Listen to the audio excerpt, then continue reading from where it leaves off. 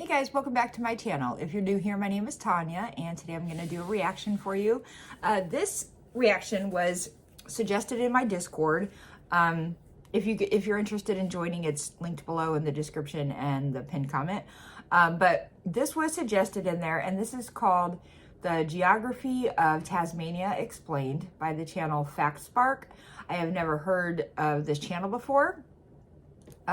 And I've also, I don't think, ever done a video just on Tasmania by itself either. So this will be like a first time focusing on Tasmania, I believe. So yeah, I'm going to learn a lot, I think, in this video. If you've ever been to Tasmania before, let me know in the comments and let me know what you thought of it. Down in the bottom right corner of the world map, just underneath Down Under, there's the island of Tasmania. An island shrouded in mystery and natural wonders, full of mountains and untouched temperate rainforests. The island belongs to the Commonwealth of Australia, making up its sixth and smallest state, both by land area and population. Tasmania is generally considered a mountainous island, despite its tallest mountain only standing at 1,600 meters above the sea level. The unique stone formations, with tall and I don't know what 1,600 meters is in, like, feet, because I do feet because I'm an American, so I'll either have to look that up later or you can let me know. The vertical diabase columns still make it worth a sight, however. Surrounding this peak are many of Tasmania's national parks, which altogether put over 40% of the island's landmass under protection. Most of these cover the large central plateau, whose outliers cover most of the island. Neighboring to the east lays a distinct lowland area, where most of the fertile soils can be found. And further east, yet another mountainous area called the Bendlamore bioregion fills the gap to the eastern shore. This east-west separation of mountains and lowlands has a peculiar effect on the island when taking the global atmospheric circulation patterns into account. Earth's atmosphere can be imagined as a giant system of conveyor belts, which are constantly churning and turning air masses around. These loops are called... How big is Tasmania? Because, you know, you can't really get a feel for size when you're just looking at like a map like this. So just curious, like, is it like, would you say it's like similar to the size of Texas, or is it even bigger than Texas? Called cells. And of the three major ones which control the atmosphere, the Ferrel cell between the 30th and 60th degree latitude creates a constant southward wind towards the poles. Since our Earth is spinning and different latitudes spin at different speeds, the Coriolis effect gives the cell a strong eastward drag, causing a violent and never-ending supply of winds to hit Tasmania and its surrounding waters. These winds, called the Roaring Forties, are a blessing for eastward sailing boats, and the reason why most circumnavigations are directed this way. But they also bring a lot of precipitation with them when touching down on Tasmania. Coming back to the large central highlands, which are blocking much of this precipitation from reaching the eastern shores, a very much divided climate can be found across the island. The town of Strahan on the western coast of Tasmania, for example, receives around 231 rain days per year, whereas its eastern counterpart... 231 rain days? Holy shit. Swansea only experiences 117 rain days due to mountains holding back much of the rainy clouds. Despite the moderate temperatures in Tasmania, the high precipitation in the western parts has created a diverse temperate rainforest landscape. That's so pretty. With many diverse plants and animal species. Often called the Gondwana temperate rainforest. The forested mountains of Tasmania's west have many plants which are assumed to have populated the ancient megacontinent of Gondwana, which combined the continental shelves around 600 million years ago. Towering Eucalyptus regnans, with heights of over 100 meters, and millennia-old Huon pine trees, which can live for up to 2,000 years, are both endemic to Tasmania and are only a tiny fraction of the unique flora found in those forests. So if they're endemic to Tasmania, that means that you're not gonna see any of those types of trees on mainland Australia? Is that what I'm understanding? Fauna-wise, Tasmania also has a whole array of species to offer, which have many similarities to their Australian neighbors, but due to a process called island gigantism, they are often a lot larger. The best known example of this are the giant platypus of Tasmania, which can grow up to... The pronunciation of things in this video, it takes me a second. 3 times larger than their Australian ancestors, or the Tasmanian giant freshwater crayfish, which lives in the island's rivers and grows up to become the largest species of freshwater lobster in the world. Jeez. Other unique species are the Tasmanian devil, which has the strongest bite force per cute. body weight of the entire animal kingdom and can only be found on the remote island. Similarly to Australia, marsupial mammals, animals which raise their young in belly pouches, are dominating the animal kingdom, and the strong overlap between mainland Australian and Tasmanian species. Speaking of the joeys in the pouches, I've said this before, I have a local zoo here in my town that's like right near me, and I follow them on Instagram, and we have wallabies there, and one of the wallabies just had a baby, and it's about I think 4 months old now or something, so it's only ever like in the pouch, but yeah, they were posting about that the other day. It's so neat, so cute.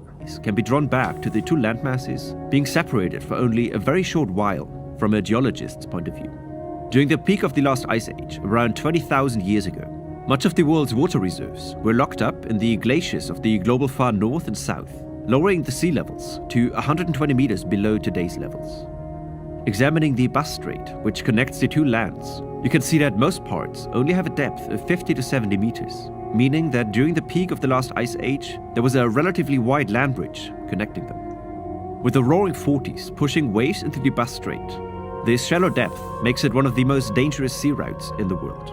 When the fast-moving deep ocean waves from the Indian Ocean encounter the ridge of the Bass Strait, the increased friction from the seabed slows down and compresses the waves, causing them to tower to a height of up to 18 meters or 60 feet into the sky.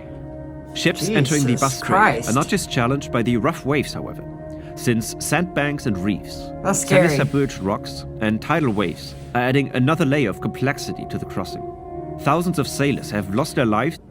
Like, I know that America gets really crazy weather and stuff, so Americans are often used to like crazy weather depending on where they live in the States, but I'm someone who doesn't live near a coast, so I don't have like all this fear of like water taking over or a hurricane or anything like that. But where I live, we get a lot of tornadoes, and that's the weather that we get. And so tornadoes don't scare me because I grew up with them. But like if I were somewhere where there was a hurricane about to hit, I think I would freak out. Like if I were somewhere where there's like waves that high, I would freak out. In the past centuries, and the shores around King Island, which marks the western entrance to the strait, is the unfortunate resting place of hundreds of shipwrecks. Calmer waters are found on the island itself, with 3 major river networks draining the majority of the rainy island into the oceans and straits surrounding it. Notably the Gordon River in the west, the River Derwent in the southeast, and the South Esk River in the north cover nearly 40% of the island, with the South Esk River also having the longest course. These rivers are the backbone of the people living on Tasmania by providing invaluable irrigation water in the drier east, as well as vast hydroelectric potential, which today covers 90% of the state's energy demands, with other renewable sources like solar and wind covering the remaining 10%. With plans to cover 200% of the island's energy demand with renewable electricity by 2040, a new energy storage facility in the form of a large pumped hydro station, which allows uphill storage of water for later retrieval and energy production, are currently being discussed. But the economic and environmental implications are slowing down the process of this project. The energy would be designated for mainland Australia, meaning that large-scale infrastructure crossing the rough Bass Strait would be needed, which raises the alarm bells of conservationists and environmentalists across the island. Regardless of whether environmental or economic goals assert themselves, Tasmania is undoubtedly a peculiar and unique geographical marvel.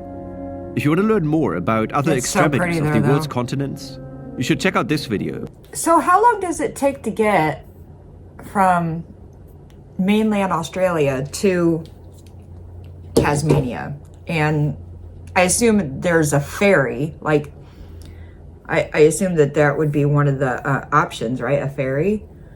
I don't know if people often fly because I don't know the distance, so I don't know, but it looks like a really cool place.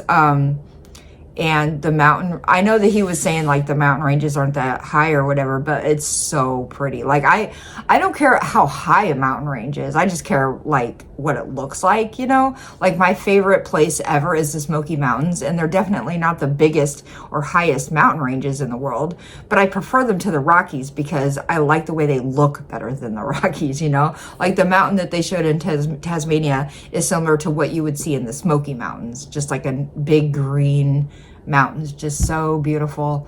But this looks like a very beautiful area, and this is just the geography of it explained. So I'll have to find like another video, or you guys can suggest me a video that like explains a lot about Tasmania itself and less about geography, maybe like explain what it's maybe like living there, or like what type of tourist things are there or something.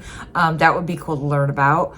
Because like I said, I haven't dove really into Tasmania yet. But yeah, that was a really cool video. Thank you so much for suggesting that, because I don't often go into like videos looking at just the geography of something. I know a lot of people do that, and I watch those videos. I just don't usually do it myself. So I appreciate this suggestion, because that was like actually really cool. But yeah, that's gonna do it for today's video. I hope you guys enjoyed it. If you did, please give it a like, subscribe if you haven't done that yet, and I'll see you next time.